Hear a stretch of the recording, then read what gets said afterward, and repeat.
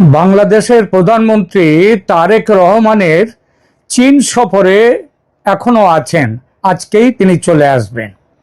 তো এই সফরে বড় উদ্দেশ্য বলতে ছিল তিস্তা প্রকল্প, লালমনিরহাট বিমানবন্দরের আধুনিকীকরণ এবং চীন থেকে যুদ্ধ বিমান ক্রয় করা।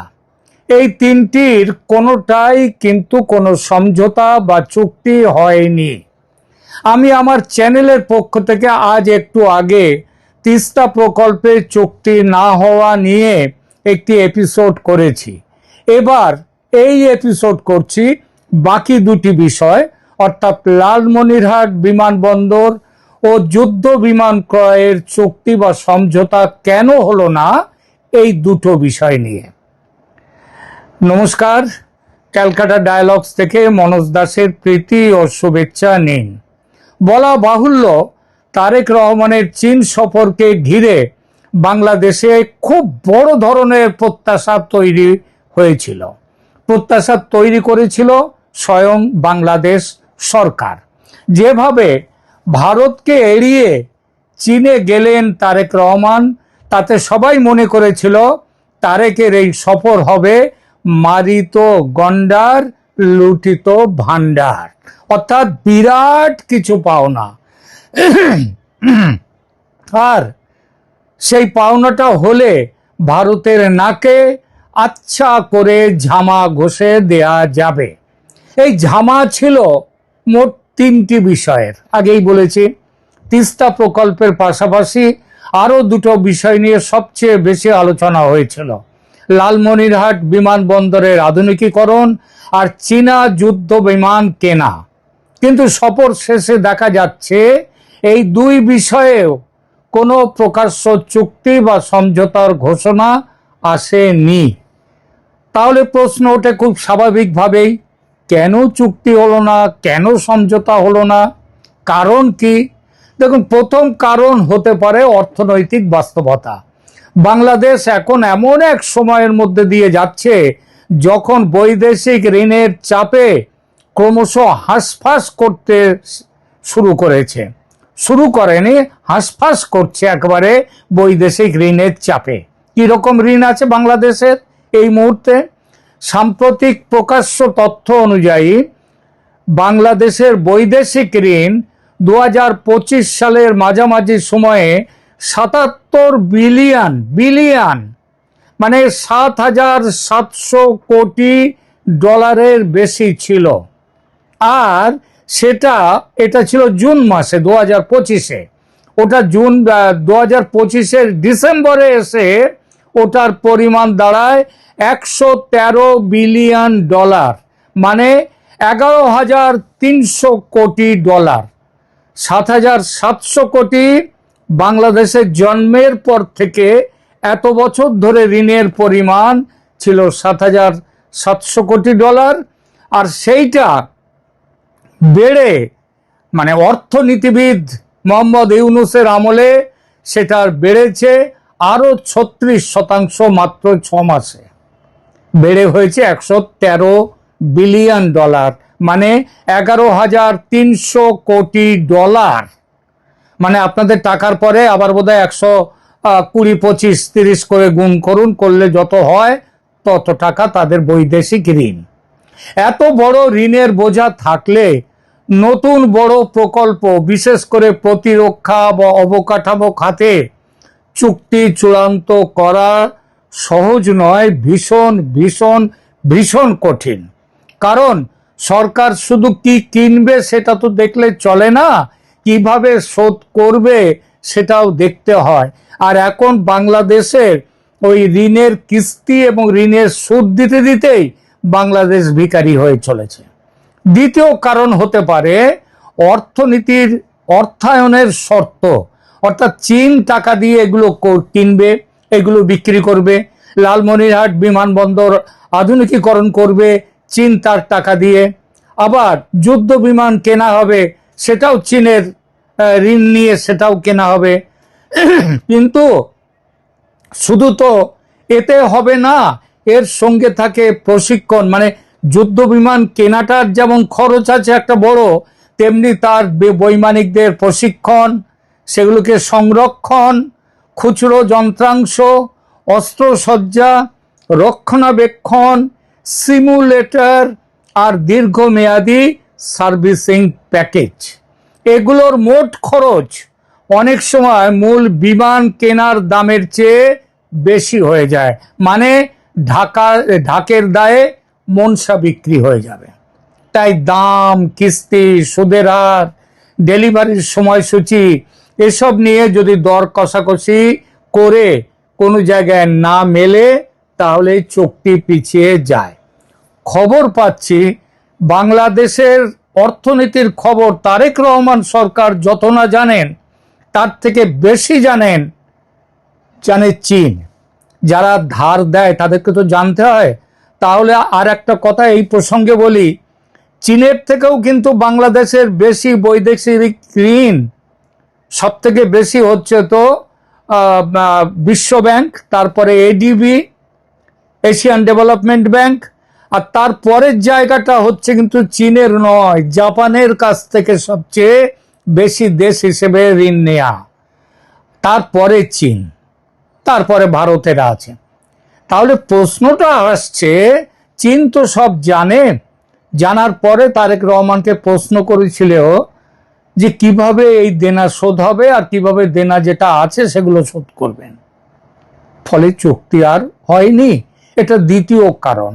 তৃতীয় কারণ হতে পারে রাজনৈতিক সংবেদনশীলতা। লালমনিরহাট বিমানবন্দর ভারতের শিলিগুড়ি করিডর বা চিকেন স্নেকের কাছে রংপুর ডিভিশনে। উত্তরাঞ্চলের এভিয়েশন অবকাঠামো এটা শুধু একটি সিভিল প্রকল্প নয়, এর বিরাট কৌশলগত মূল্য আছে, যে মূল্য দেখে চীন কিন্তু উৎসাহিত হয়েছিল ভারতের ওপরে নজর রাখা যাবে লালমনিরহাট থেকে।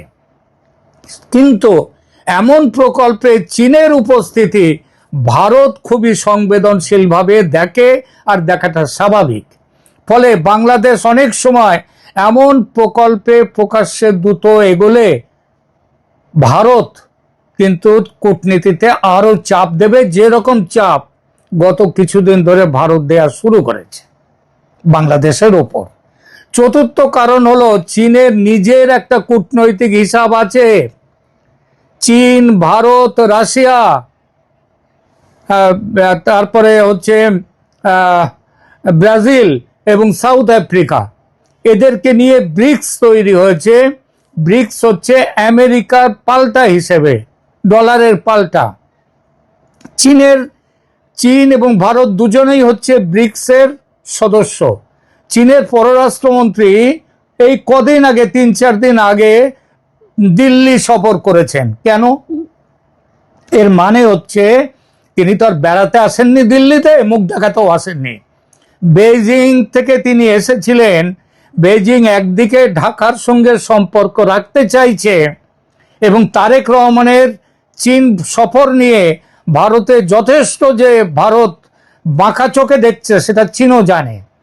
সুতরাং চীন কি করলো, ঠিক তারেক রহমান যেদিন চলে গেলেন, বেরিয়ে গেলেন বেইজিং, তার সেই দিনে ঢাকার সঙ্গে বেইজিং করলো কি, তাদের পররাষ্ট্রমন্ত্রীকে পাঠালো। বেইজিং একদিকে তার মানে ঢাকার সঙ্গে সম্পর্ক রাখতে চাইছে, অন্যদিকে নয়াদিল্লির সঙ্গেও যে টানাপোড়েন সেটাকেও নিয়ন্ত্রণে রাখতে চাইছে। এই অবস্থায় বাংলাদেশে খুব স্পষ্ট সামরিক বা কৌশলগত কোনো চুক্তি, বিশেষ করে বিমান ঘাঁটি ধরনের প্রকল্প চীনের পক্ষ থেকেও খুব সাবধানে দেখা হয়েছে। চীন তার জন্য এক্সট্রা কোনো উৎসাহ দেখায়নি, যেটা প্রথম দিকে দেখাচ্ছিল। আর যুদ্ধ বিমান কেনার প্রশ্নে আরো একটা বিষয় আছে, সেটা হচ্ছে রিজিওনাল মেসেজিং, অর্থাৎ আঞ্চলিক যে বার্তা কি দিচ্ছে। সম্প্রতি যে চীনা J-10CE বিমানটা, যুদ্ধ বিমানটার নাম কি চীনের? J-10CE যে যুদ্ধ বিমান নিয়ে আলোচনা হয়েছে সেটা পাকিস্তানও ব্যবহার করে।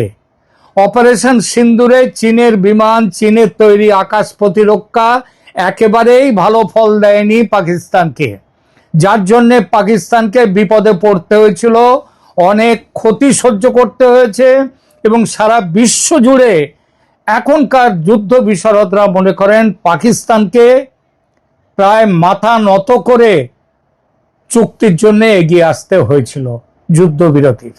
এটা আমার কথা নয়, আন্তর্জাতিক খ্যাতনামা যুদ্ধ বিশারদদের মতামত বলছে এই কথা।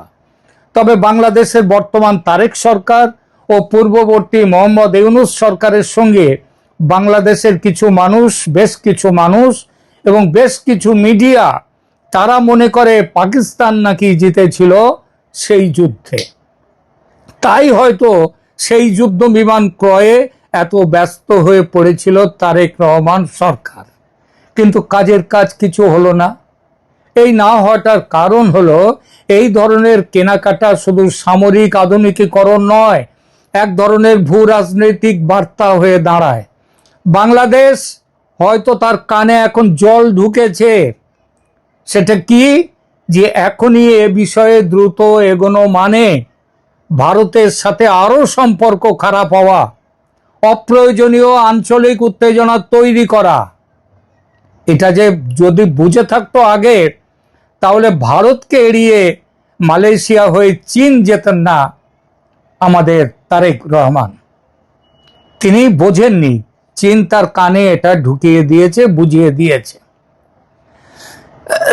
আর চীন যদি নাও বুঝিয়ে দিয়ে থাকে, আলোচনায় চীন বলেছে এই সব সম্ভাবনার কথা। এবার আসি সবচেয়ে গুরুত্বপূর্ণ পয়েন্টে, বৈদেশিক ঋণের চাপ।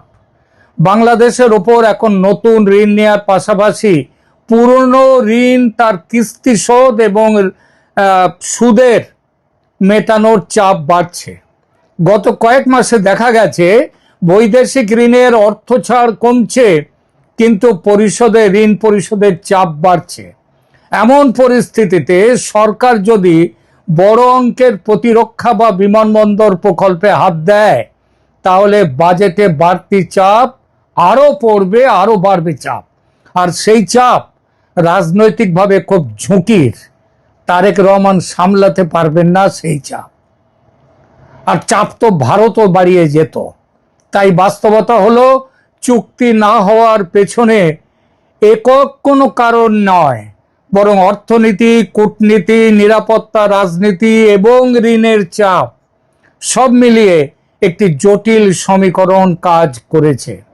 লালমনিরহাট বিমানবন্দর আর যুদ্ধ বিমান দুটোই বাংলাদেশের কাগজে কলমে বড় স্বপ্ন ছিল, কিন্তু মাটির বাস্তবতায় সেগুলো এখনো চূড়ান্ত পর্যায়ে পৌঁছতে পারল না। শেষ পর্যন্ত প্রশ্নটা দাঁড়ায়, বাংলাদেশ কি কৌশলগতভাবে এগোচ্ছে নাকি আপাতত অপেক্ষা করছে? আপাতত উত্তর সম্ভবত একটাই। ঢাকা এখন এই যে ঘাঁটি খেলো চীন সফরে গিয়ে, তাকে বাংলাদেশকে এখন ধীরে সুস্থে, হিসাবি হয়ে এবং ঝুঁকি থাকবে না এমন কূটনীতি বেছে নিতে হবে। আর এরপর কি ভারতের সঙ্গে সম্পর্ক ভালো করার কথা ভাববে? ভবিষ্যৎ দেবে সে উত্তর। তবে একটা কথা এখনই বলে দিই, ভারত কিন্তু এই খবর পাওয়ার সঙ্গে সঙ্গে গতকাল আবার কিন্তু ফুলের গোছা এগিয়ে দিয়েছে বাংলাদেশের দিকে। ভিসা নিয়ে যে কড়াকড়ি ছিল বা গতকাল ভারত সেই ভিসা, অর্থাৎ বাংলাদেশিদের ভারতে যাওয়া নিয়ে যে ভিসা ছিল, সেটা অনেকটা উন্মুক্ত করে দিয়েছে। এ বিষয়ে পরে আরেকটি ভিডিও করব। আপাতত বিষয়টি নিয়ে শুধু এটাই বলবো যে ভিসা দেওয়ার, বাংলাদেশিদের জন্য ভিসা দেওয়াটা, সে শুধু চিকিৎসা ভিসা নয়, সব রকমের ভিসা, সেটা দেওয়ার ব্যাপারে ভারত কিন্তু গতকাল দীনেশ ত্রিবেদী, ভারতের হাই কমিশনার ঢাকায়, তিনি নিজের মুখে ঘোষণা করে দিয়েছেন। ফিরে আসি, আজকের প্রসঙ্গ শেষ করব। লালমনিরহাট আর যুদ্ধ বিমান দুটোই ছিল বড় প্রতীকী বিষয়, কিন্তু এই মুহূর্তে বাংলাদেশের কাছে সবচেয়ে বড় বাস্তবতা হলো এই ধরনের চুক্তি নয়, তাদের অর্থনৈতিক সক্ষমতার হিসাব, সেই সঙ্গে ভারতের মানসিকতার দিকে নজর রেখে চলতে বাধ্য হওয়া।